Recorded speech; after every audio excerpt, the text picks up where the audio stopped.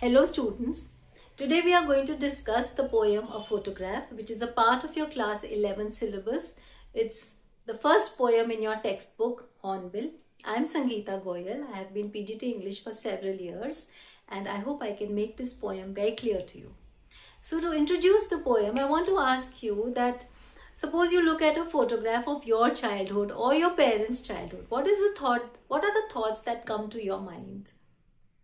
Of course, this answer would be different for each one of you because it would depend on your relationship with that person. It would depend on the current situation, right?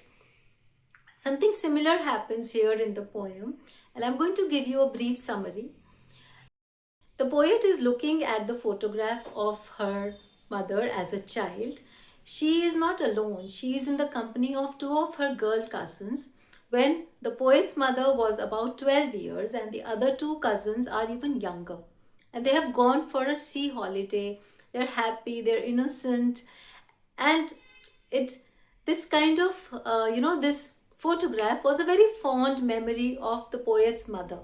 And the poet recalls that whenever her mother used to look at that photograph, she used to laugh because she used to find their faces quite funny. She used to laugh at the way they were dressed up. Maybe, fashions changed, so the clothes were old-fashioned. And the poet also recalls that the sound of her mother's laughter was quite painful for her. Why? Because her mother is no more. So every time she looks at the photograph, she recalls her mother's laughter, enjoying the sight of the sea holiday, the fond memory. But for the poet, the memory of her mother's laughter is not a good one. It is sad and painful. And in fact, the poet's loss is so deep that she says that the silence which is left behind by her mother has left her speechless. She has no words to express her pain. So this is the summary of the poem, and now we're going to take up line by line explanation. So let's study the poem in detail. I'll be explaining it to you line by line. Okay? You will notice that all the three stanzas in the poem are of different length, and we will discuss later on what each stanza represents. The first stanza describes the photograph. The cardboard shows me how it was. The cardboard refers to the photograph because it was mounted on a cardboard. Now maybe the poet has also used the word cardboard because we'll discuss this later in the questions. The cardboard shows me how it was when the two girl cousins went paddling, each one holding one of my mother's hands, and she the big girl, some 12 years or so. All three stood still to smile through their hair at the uncle with the camera.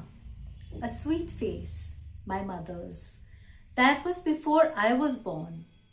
And the sea, which appears to have changed less, washed their terribly transient feet.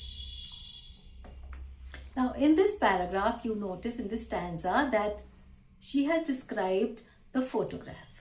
What do you see in the photograph? Two girl cousins, they had gone for a sea holiday for paddling. Paddling means to wade in shallow water. Okay? Each one holding one of my mother's hands. Both the girl cousins were holding the mother's hands, and she the big girl. The mother was the eldest of all the three, and that is why they were probably holding her hands because they wanted a sense of security. They felt that she being the eldest would keep them safe. She the big girl, some 12 years or so. So it seems that the poet's mother was in her teens. She was 12 or something, and all three stood still to smile through their hair at the uncle with the camera. We notice alliteration here. All three stood still to smile. Stood still to smile is alliteration because all the three words, stood still and smile, are starting with the same sound of S. through their hair. They were smiling through their hair. Probably the wind had swept their hair over their faces and they were smiling through their hair. They were happy. So it's a picture of happiness. It's a picture of innocence because children are always innocent. Sweet face tells you that her mother had such an innocent face. My mother's, that was before I was born. Obviously, since her mother is only 12 years or so, the poet had not been born at the time.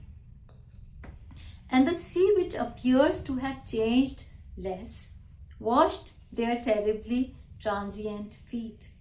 Now these two lines represent one of the themes of the poem where you come to know that the poet is comparing the sea with sea is permanent, it does not change much, but human life is transient, it is temporary.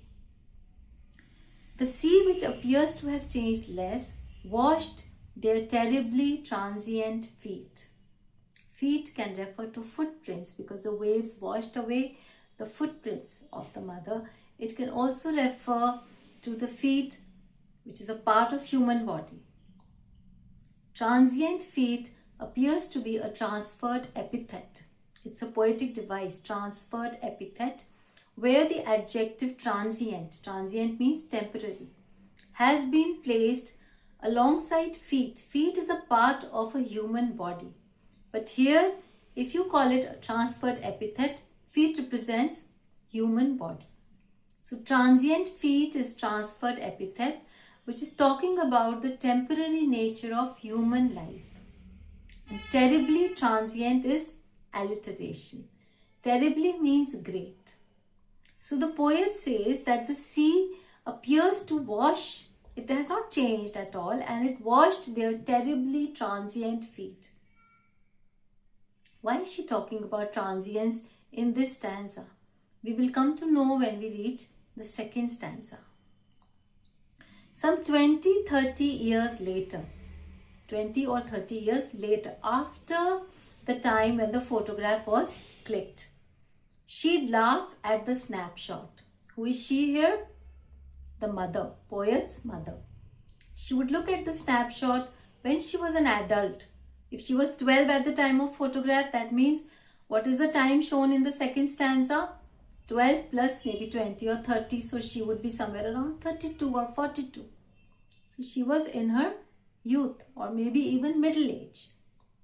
And she would tell her daughter, see Betty and Dolly, and look how they dressed us for the beach. So she found the photograph hilarious, funny because of the way they were dressed up. You know, fashions change. When you look at your pictures of you as a child, you also must be finding it very funny because of the way you are dressed up.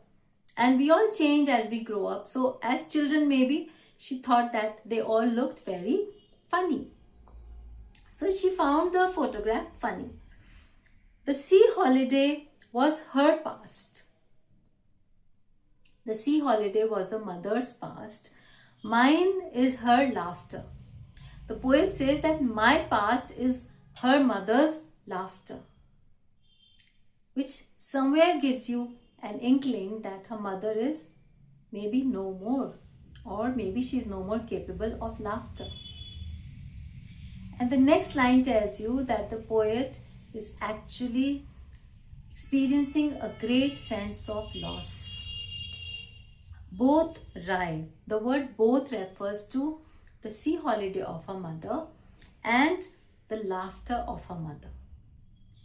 So the mother's past is the sea holiday and the poet's past is her mother's laughter. So the both word refers to these two different kinds of past.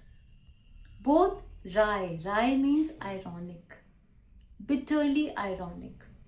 So the poet finds that both these are wry, they are ironic with the labored ease of loss. Labored ease. The word labored means with great difficulty. Ease is a noun which means something that is easy. Labored ease is an oxymoron here. Both the words are opposite in meaning, but they have been used together to bring out the irony of the poet's situation. Her mother's laughter is painful for her. It's a painful past. Whereas the sea holiday was a joyful past of the mother. So the mother enjoyed the sight of her past, but the memory of her mother's laughter gives pain to the poet. So both are in contrast, both are ironic. Whereas laughter should give you joy, but the poet's mother's laughter was painful because the mother was no more, as you will know in the next stanza. So both lie with the labored ease of loss. It also means that for the poet, this was a tragic loss, but she had to accept it because time does not stop for anyone. Change is a must. Change is the only constant. So here she has been forced to accept the truth that her mother is no more. It's a difficult truth, but she has to accept it, and probably the passage of time has also made it easy for her to forget. The third stanza. Now she's been dead nearly as many years as that girl lived. So as I told you, we discussed that her mother's laughter is no more a part of her life because her mother has been taken away from her through the cruel hands of death. So she says that my mother has been dead nearly as many years as that girl lived. That girl is talking about her mother in the photograph where she was only 12. So her mother has been dead for 12 years. Again, dead nearly as many years as that girl lived. This is a simile. As many years as that girl lived. That girl lived for 12 years and her mother has been dead for that many years. And of this circumstance, what is the circumstance? It's a situation where the poet has to accept the loss of her mother. Her mother is no more with her. She's dead. There is nothing to say at all. Of this circumstance, the situation that her mother is no more a part of her life, there is nothing to say at all. This situation has left the poet speechless. She has no words to express her feelings. It is so sad, so tragic. Its silence silences. The silence is a noun. It is left behind by her mother. And silences is a verb. So the silence that is left behind by the mother has silenced all the thoughts, all the words that the poet wanted to express. So her mother's death has left behind a cold vacuum in her life. Do you understand? The last line of every stanza has great depth and connects you with a theme.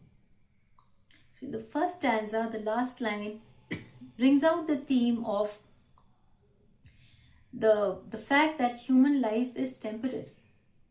In the second stanza, the last line brings out the theme that one has to accept change. There is no choice. We often don't have a choice of not accepting change. We have to accept it. Change is the only constant. It is inevitable.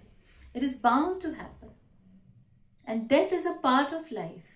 So many a times we have to see death in our life and we have to accept it. And as time passes, sometimes it becomes easy also to forget our loved ones. And the third stanza tells you how painful is the death of a loved one, especially of a parent, that it leaves behind a great vacuum. The poet has no words to express her feelings. So this tells you the various themes that we have come across. Let's look at the themes now. So let's cover the themes of the poem. The first is a very powerful quotation. Time and tide wait for none. You can use this quotation in your answers when you're talking about the themes of the poem. Time does not wait for anyone. You cannot slow it down. You cannot rush it. It will go at its own pace. The second is change is an inevitable force in life. Inevitable means that which is bound to happen. You cannot prevent it. So you all know that change is the only constant. You cannot stop things from changing, and we have also discussed the way the humans change from childhood to adulthood. We grow, we change, and eventually one has to pass away. The third is the poem is a poignant expression of love by a daughter, expressing her tragic loss. Poignant means that which is sad and painful.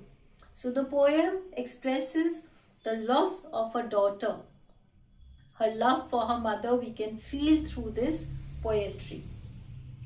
The fourth theme is transience of human life, as opposed to the permanence which exists in nature. The objects in nature are by and large permanent, especially in this case the sea. It does not change much over a period of time. But human life is temporary, it's transient. And it is also, death is inevitable in human life. So I hope the themes are extremely clear to all of you. You can get questions, long answer questions based on these themes. The first question is, what does the word cardboard denote in the poem? Why has this word been used by the poet? So the word cardboard denotes the photograph, because photographs are usually mounted on a cardboard. But my interpretation is also that maybe the word cardboard has been used because it is dead wood. And somewhere it highlights the theme of death in the picture, in the poem. You understand that the photograph has lost its importance for the poet. It has lost its sheen. And cardboard is also very dull and lifeless. Okay? The second question, what has the camera captured? The camera has captured the image of the three young girls. One of them, the eldest, is the poet's mother. All three are holding hands. They have gone on a sea holiday. They are enjoying themselves at the beach, laughing through the wind-blown hair. And the mother's face is very sweet, which expresses the innocence of childhood. And the picture has been clicked by the uncle, although that is not required to be a part of this answer. The third question, what has not changed over the years? Does this suggest something to you? So as the poet mentions in the first stanza that the sea has not changed much over the years. It has been so many years. The sea is still the same. And this suggests that human life is temporary in contrast to the permanence of nature, especially the sea here. Okay? The poetess mother laughed at the snapshot. Look at the fourth question. What did this laugh indicate? So the mother laughed at the fond memory of their sea holiday, which she enjoyed with her cousins. She's happy. She remembers how, and she is also finding the photograph funny because of the way they are dressed up in old-fashioned clothes. And they look a little strange because now they have grown up, and as children, she found it funny to see their faces. The next question is, explain the meaning of both rye with labored ease of loss. I explained this to you when I was taking up the poem, but I'll explain it again. Both rye. Rye means here bitterly ironic. Both refers to the mother's past and the poet's past. The mother's past is their sea holiday, which was fun, it was funny, and it evoked laughter in her. She found it to be a fond memory. Whereas the mother's laughter, although it should be a fond memory, it was not, because her mother is no longer with the poet. So she finds it ironic, this situation, that her mother's laughter seemed to be mocking her. And she also found it ironic that she had to forget her mother with a sense of ease, although the loss is so tragic. But with time, forgetting her has become a little easy, although she had to struggle for it.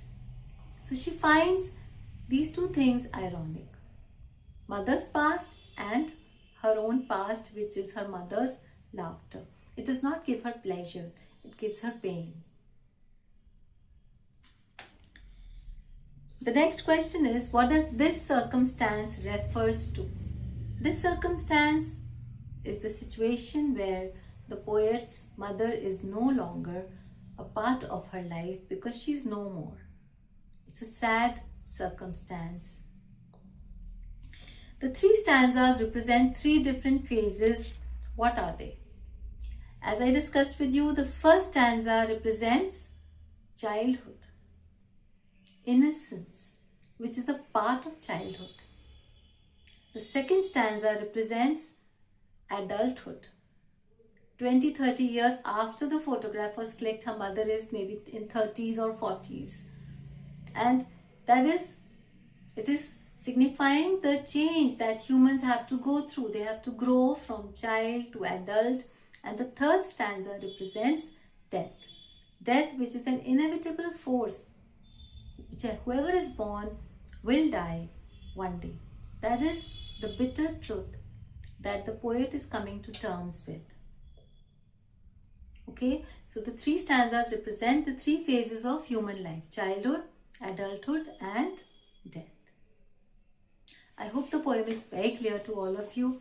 If there are any doubts, any questions, you're most welcome to connect with me. And do not forget to like and subscribe my video. I take online and offline classes. I can take a crash course for the upcoming. God bless. Wish you all the best. Take care. Love you.